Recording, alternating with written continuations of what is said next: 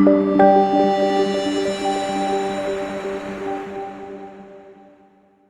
you want to find out how the Bible, Kim Kardashian, and more gold in your life connect to each other, you've got to catch this episode.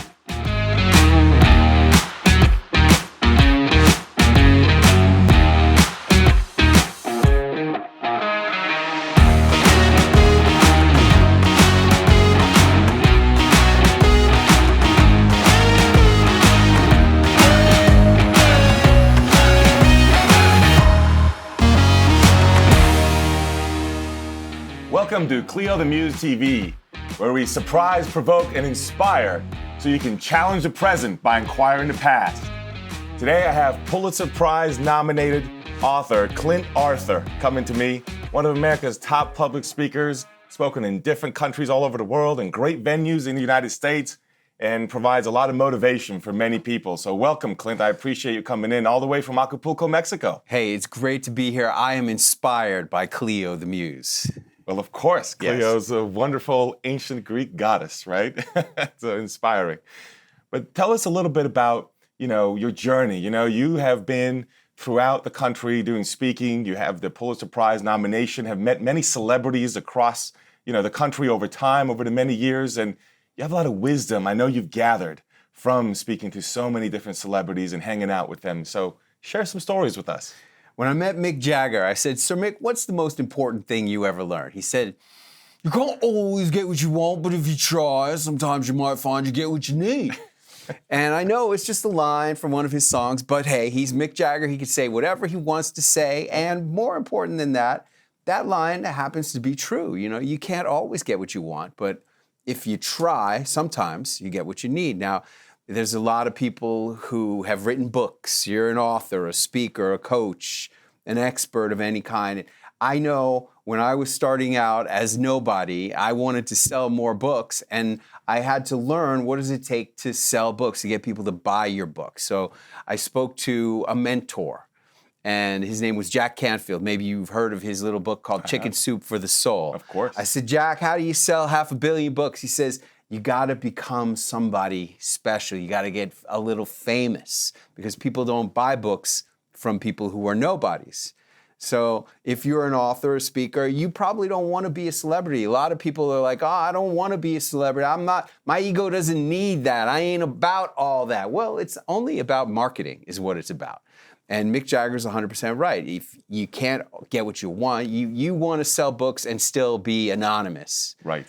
But if you really want to have impact and influence and have more income, you need to be a little bit of a celebrity. But you don't have to become famous like Mick Jagger. You could just be like me. I'm the most famous guy in the world that nobody's ever heard of. This is my 117th television appearance. And my people who pay me a lot of money, they think I'm famous, but I'm really just a guy. Yeah, the who is so important, right? When you're talking about these sorts of things, like in marketing, it's not what you're doing, the who is really relevant, and that's why the celebrity stuff is so valuable, right? Who you are is 100 times more important than what you actually do or sell. For example, another one of my mentors, Dan Kennedy, he said, "I knew I had a problem. My wife broke her wrist.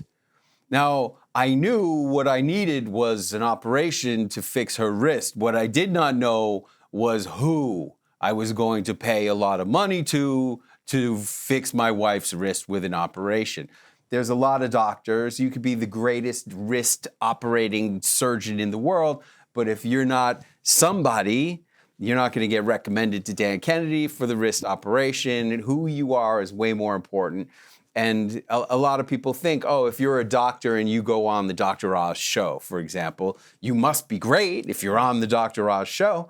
When in fact, really, what you're really good at is getting on TV, which is more important than being a great doctor. A lot of my clients, I've helped more than 2,000 authors, speakers, coaches, all different kinds, to become a bigger who in the eyes of clients and prospects. And what's more important is becoming the person who knows how to get the attention, who knows how to stand out.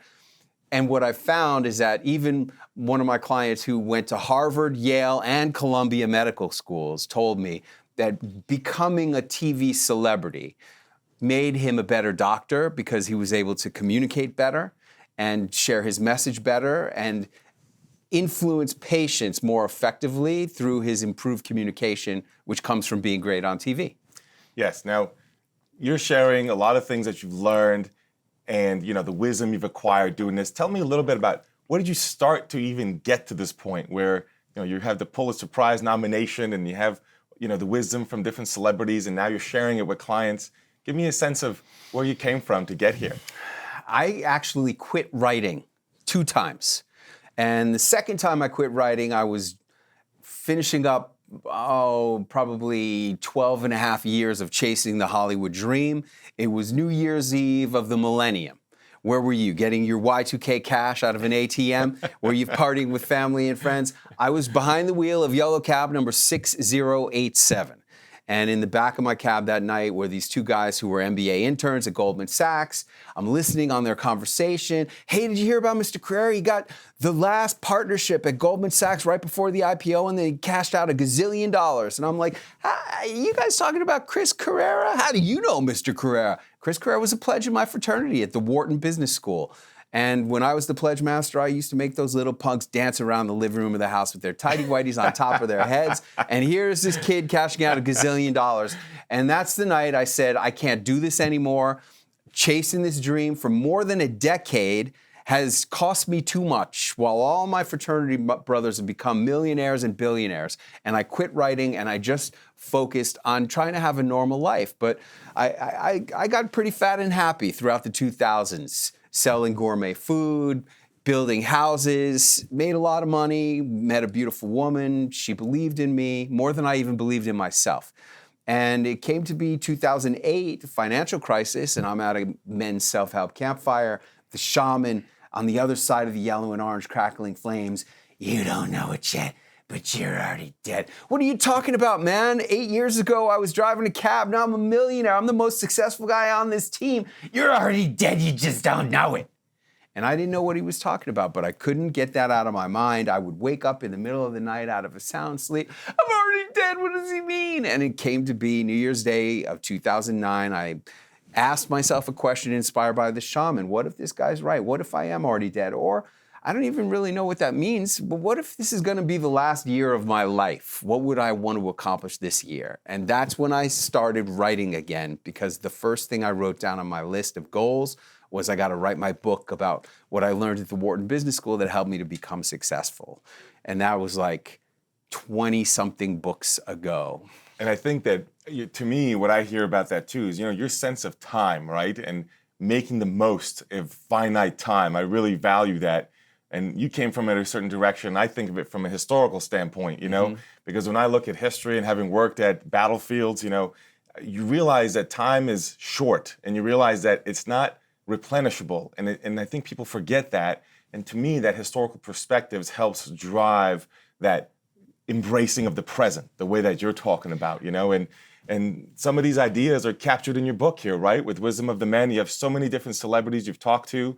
And, give me a couple of the names in here that I could find in the Wisdom of the Men. Well, I've been really blessed to have met 5 presidents of the United States, including George H.W. Bush, Jimmy Carter, Bill Clinton, Donald Trump, and Joe Biden. And I've learned different lessons from all of them. And notice their politics are all across the spectrum. This is not about politics. It's about life, what's important in life.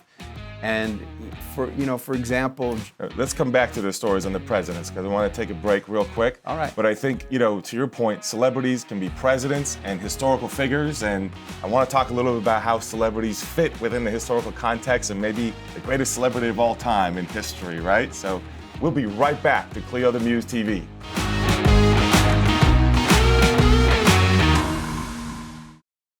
Are you traveling long-term internationally? Moving to another country? How's your furry family member going to get there? You won't be able to just buy them a plane ticket. There's a whole series of processes and red tape that no one wants to sift through. You need a partner. You need Doggone Taxi. We take the confusion and headache out of moving your pet to your new country. We take care of the shipping, the fees, the health permits, and anything else that your destination country requires. Visit DoggoneTaxi.com and get your free move quote today. That's DoggoneTaxi.com. Life is full of real challenges. Find simple solutions on the Dr. Centrell Show right here on Zonder TV.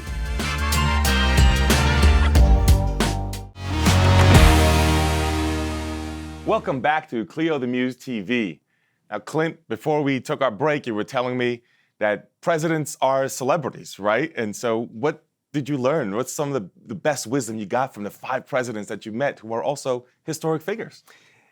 These presidents of the United States, the ones that I've met, Bush, Clinton, Carter, Trump, and Biden, they're all over the spectrum in terms of their politics. But I don't talk about politics with these people. I'm really interested in just life lessons. So, for example, when I met George H.W. Bush, I said, "Sir, what's the most important thing you've ever learned?" He said, "Well, young man, that's a very big question, but I'd have to say you need to keep doing the things you love in this life." And that's one of the reasons why I like going on TV. I love going on TV. When you're on TV, you're so alive in the moment. And I love the work that I do, especially the meeting the celebrities part. And it's a great way to really live your life and get the most out of all of it. Now, is that George Bush story in the book? Oh yeah, all of these president stories and all the famous people that are in the book. Even Benjamin Franklin. Now, Benjamin Franklin was one of the founding fathers of our country, and I believe that he was the greatest celebrity entrepreneur of all time. Now, in his time, he was world renowned because he was the ambassador to Sweden and to France, and he was a great inventor. Not only did he invent electricity, he invented the urinary catheter. Were you aware of that? No, I was not. Yeah, I'm a celebrity historian. I don't know that. Hey, I also think that he was a big stoner, smoking a lot of pot, because who else but a stoner was going to go out and fly a kite during a lightning storm? I can just imagine Ben Franklin sitting in his living room, smoking a joint, naked, playing with himself, like guys do when they're smoking a joint by themselves.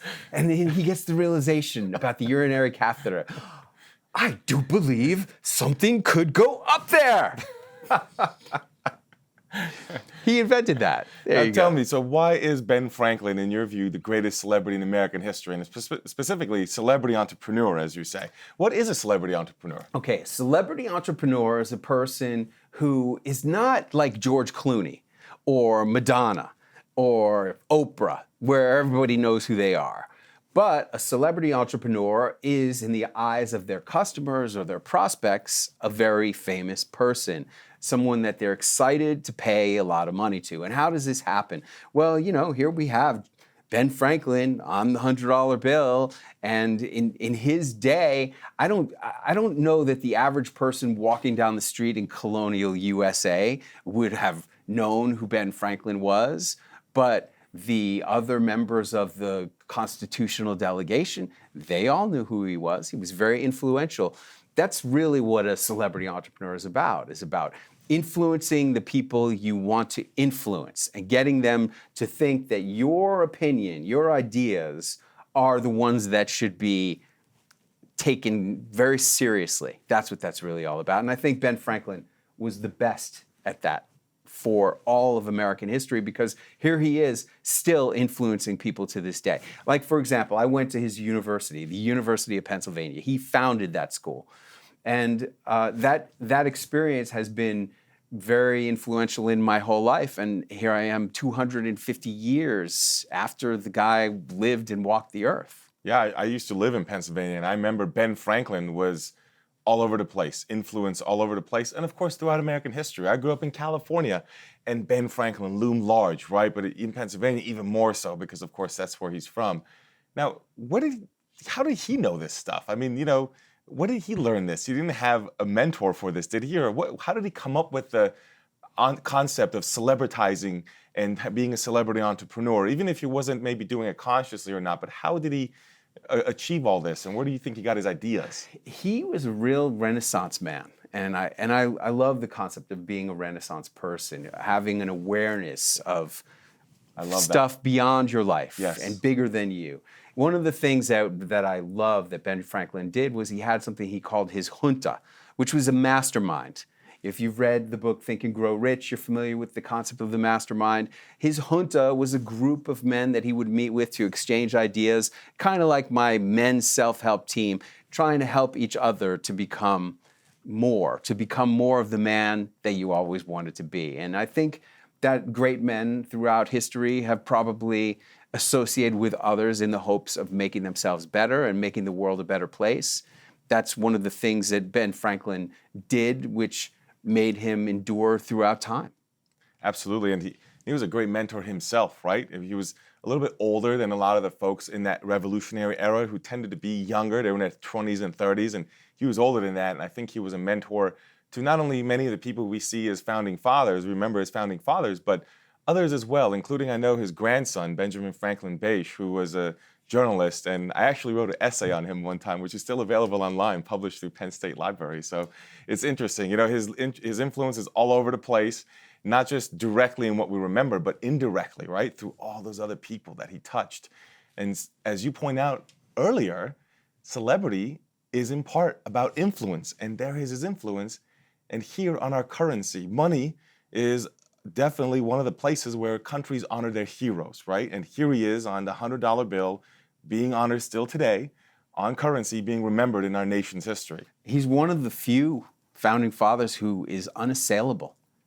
You know, so many of them, even George Washington, Thomas Jefferson, even Lincoln have come under attack these days, but nobody's attacking Ben Franklin. That's an interesting point. He's really skating through because he was about temperance. He was about being a thrifty and good person, although he was somewhat of a womanizer. He had a reputation as a womanizer, and he's not catching flack for that, so I guess that's okay. Clint, this is really wonderful. Tell me, where can I learn more about you if I want to find more of your good stuff? You get the book on Amazon, Wisdom of the Men by Clint Arthur is on Amazon, or go to my website, clintwith3ts.com. So Clint, CLINTTT.com. I work with thousands of experts. One of them was a name science expert, the science of names. And she said, Clint, I wish that you had another T on the end of your name, Clint, because the T's always end up on top, like Trump. So I couldn't get Clint with 2Ts.com, but I did get Clint with 3Ts.com, and it seems to be working out just good. I love it. You're always so creative in the way that you think about, marketing and different angles and aspects of approaching things. And, between speaking earlier about present day celebrities and looking now toward, historic celebrities, but sometimes I think what we might overlook is that who are present day celebrities, whether they're in, different arenas, right? They're not all movies. You mentioned George Clooney earlier, but it's not always that way, right? Look at Ben Franklin. He was never in a movie. I got a great story in here about Mike Tyson. I got stories in here about Patch Adams, the doctor. I got Dr. Oz. All the celebrities can make history, right? They are influential people, and they stick out, and everybody knows who you're talking about. That's the power of celebrities. Is that when you say the name Kim Kardashian, automatically you're going to have an image. You're probably seeing her lips or her shape in the Skims. And by doing that as a speaker, it empowers your words to have more impact on the mind of the person that you're addressing or speaking to. And that's really your goal as a speaker, is to get the listener more actively engaged in what you're talking about. And when you're thinking about Kim Kardashian, that's you being more engaged in what I'm saying. That's right. And I think that when we think of history, we think of heroes and villains and big figures, and that certainly helps shape the way that we remember the past and the present. We'll be right back on Cleo the Muse TV.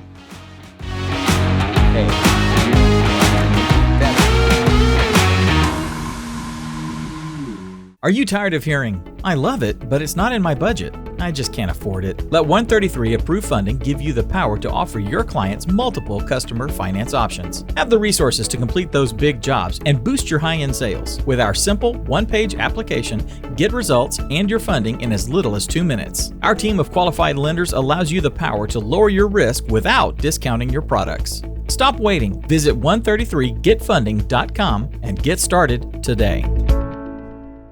Do you want peace and happiness in your life? Are you anxious or depressed? Having trouble sleeping? Panic attacks? Relationship problems? You are not alone. We've all been there at one time or another. I'm Linda Conyard, and I can help you heal these kinds of issues that keep getting in the way of your peaceful and happy life. It's time to free yourself from the past and live your true potential. Visit lindaconyard.com and take the first step towards the freedom you deserve. Go to lindaconyard.com and get started today. Welcome back to Cleo the Muse TV. We're speaking with Clint Arthur, and we were just talking about Ben Franklin and celebrities in history is what we're focusing on. I know you love celebrities and historically, and you love Ben Franklin. You even were dressed up like him at one point, weren't you? All right. Now, Kevin Hart has this book called I Can't Make This Up, right? Great book. And I was listening to that, and he talked about his dedication to being a comedian. And at that point, I said, I'm never going to be as dedicated as Kevin Hart. I've always wanted to be a comedian. And so I said, I'm never going to be a comedian. And then next thing I know, I see this thing on Facebook, and I signed up for this CEO stand-up comedy challenge. And I ended up doing a 15-minute comedy set for my comedy debut at Caroline's on Broadway. And I thought it was a great thing because it was really scary. I mean, one of the scariest things I've ever done. But in my set, it was all about celebrities through history. And in there, I talked about Benjamin Franklin, and I actually transformed myself into Benjamin Franklin in the comedy routine. I had my two colonial wenches as backup singers and dancers. It was really, really fun, but it was really scary. But I talked about celebrities through history. And you go back to the beginning. Adam and Eve, they were the first Jen and Ben of their time, right? Yeah. First name celebrities, and it shows you the power of celebrities. And who did Adam and Eve hang out with in the Garden of Eden? Well, the serpent, of course, because celebrities always hang out with other celebrities. Yes. Then you fast forward, you go to Noah and the ark. Everybody thought he was crazy, but they ended up pretty wet, and he stayed dry on the ark. Then you go through to other historical celebrities like Alexander the Great. Could you imagine what it must have been like to be Alexander the Great's brother? It's incredible. Mordecai the mediocre. Mordecai, your brother Alexander wants you to go help him conquer Egypt. I mean, that's a lot of pressure. That's exactly how he sounded, too. I think I heard the recording. That's a lot of pressure. But, you keep going through, and you see that people who've been the leaders of countries have been trying to celebritize themselves since the beginning of time. Because it helps establish legitimacy, right, in the views of their followers, and they try to celebritize themselves. Whether it's right or wrong, Right. people have always A perception of legitimacy. seen that person who is quote unquote famous as being special Yes. and different and smarter and better. And that's why Caesar would put his face on the Roman coins. And that has gone with us all the way through to today. We have Queen Elizabeth on the face of the money from England, the golden coins, the silver coins. Americans have also had it. You have Abraham Lincoln on the $5 bill. Why do we have these presidents? And on the penny. And on the penny. Why do we have these presidents on the money? This is marketing. See, what the kings and the emperors and the presidents have all known is that when you are famous, you are perceived to be better, smarter, worth listening to. And so the presidents put their faces on the coins, and so did every emperor and king and queen put their face on the money, because that's marketing. That is putting their celebrity right into your pocket, and you're carrying them around. And there have been studies that have been done that people trust celebrities more than they trust the opinions of their own family. Why is that? Well, you're on Instagram and you're hanging out watching Kim Kardashian's stories on your Instagram every single day. And of course you feel like you know her more closely, more intimately than you know your brother or sister who you never talk to. You see them at the family reunion at Thanksgiving, and that's it. But Kim, you're hanging out with Kim every single day. So when she says Skims are great, or this eyeliner or lip liner is great, of course you're going to believe that it's great because you are more familiar with her. She's more in your life than even your own family. And ultimately, that's what celebrity is about.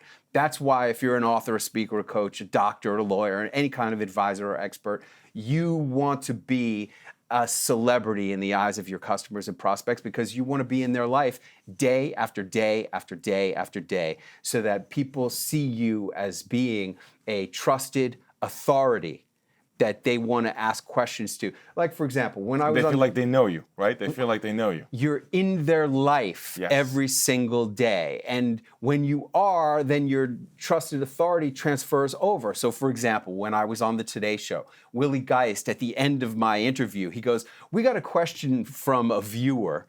Michelle in Long Island wants to know, at the end of this failed relationship, how can I get my life back on track?" Now, why are they asking me that question? I'm not a psychiatrist like Dr. Cintrell Crawford. I'm not an expert on personal relationships, but I am a trusted authority on one thing, and that transfers over to all things. That's so true. And so I just said, "Hey, Michelle from Long Island, you just got to let it go and move on. And when you do, the whole world will open up." And Willie Geist and Brooke Shields said, "Wow, I feel better already." See, that's how and the point on the currency and these coins, and you do carry them around in your pocket or wherever, and there is a certain element of trust, right? Because you have to trust that the currency is worth something.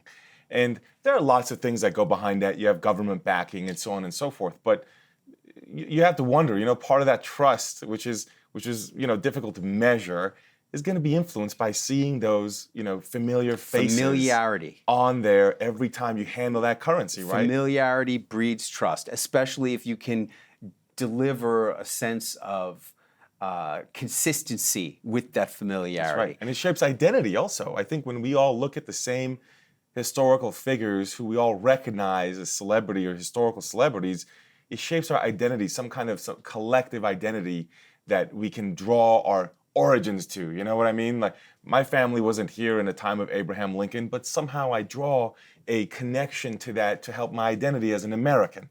And you mentioned earlier, celebrities hang out with other celebrities. And I think that's a very valuable point. Historically, what just came to my mind was Thomas Jefferson and John Adams. They were revolutionary heroes together. They were colleagues, and they fell out. They had political rivals in the early republic. And then a decade or so more later, they reconnected with letters. Adams in Massachusetts, Jefferson in Virginia. Famous. Very famous. You can find it all over the place. There's books about it. You can read the letters. And they had an older, more wise attitude, learning from each other again and rekindling that friendship. Amazingly, they died on the same day, July 4th of all days, the 4th of July. 50 years on later. The 50th anniversary of the Declaration of Independence. It's amazing how this stuff works out. Anytime you look for a picture of Thomas Jefferson, you'll see him painted with Benjamin Franklin in the picture too. And that goes back to this idea of celebrities reinforcing celebrities. Celebrities hang out with other celebrities. That's why in my book, Wisdom of the Men, I write pretty much exclusively about famous people that I've met, international superstars, the presidency of the United States, because I want that attachment to me. What I'm doing, that's a technique called celebrity attachment that I teach my students. It's one of the many ways to have more impact and influence and income by raising your status in the eyes of customers and prospects. And if you're a person who makes money from who you are and what you do for others and the knowledge that you have, you need to do that because, again, you get paid more for who you are than what you actually do or sell. And briefly tell me, in the Bible, you already started to talk about it a little bit, so many of our celebrities come from the Bible, don't they? Hey, all of the famous stories, and this goes back to that idea of using celebrities to make your speech more active and dynamic in the mind of the audience. I say, Moses, you see the 2 tablets. I say, Job, and you see the guy who had his whole life ripped apart. I say, David and Goliath, and you see the pictures. All the time, and his sports comes up all the time too. And the idea of having celebrities, look at what it did for the religions of the world, having these celebrity figures in the stories. You want to be that kind of figure in the stories that your customers and prospects are living in their lives and sharing with other people in their lives Clint, too. real quick, where can someone find you now? Clint with 3Ts.com. And the book, where your book, The Wisdom of the Men, is on? Is on Amazon. Awesome. And of course, we're Cleo, the Muse TV here. Remember, challenge the present by inquiring the past. Oh man, Appreciate you coming in. hey, thanks for having me.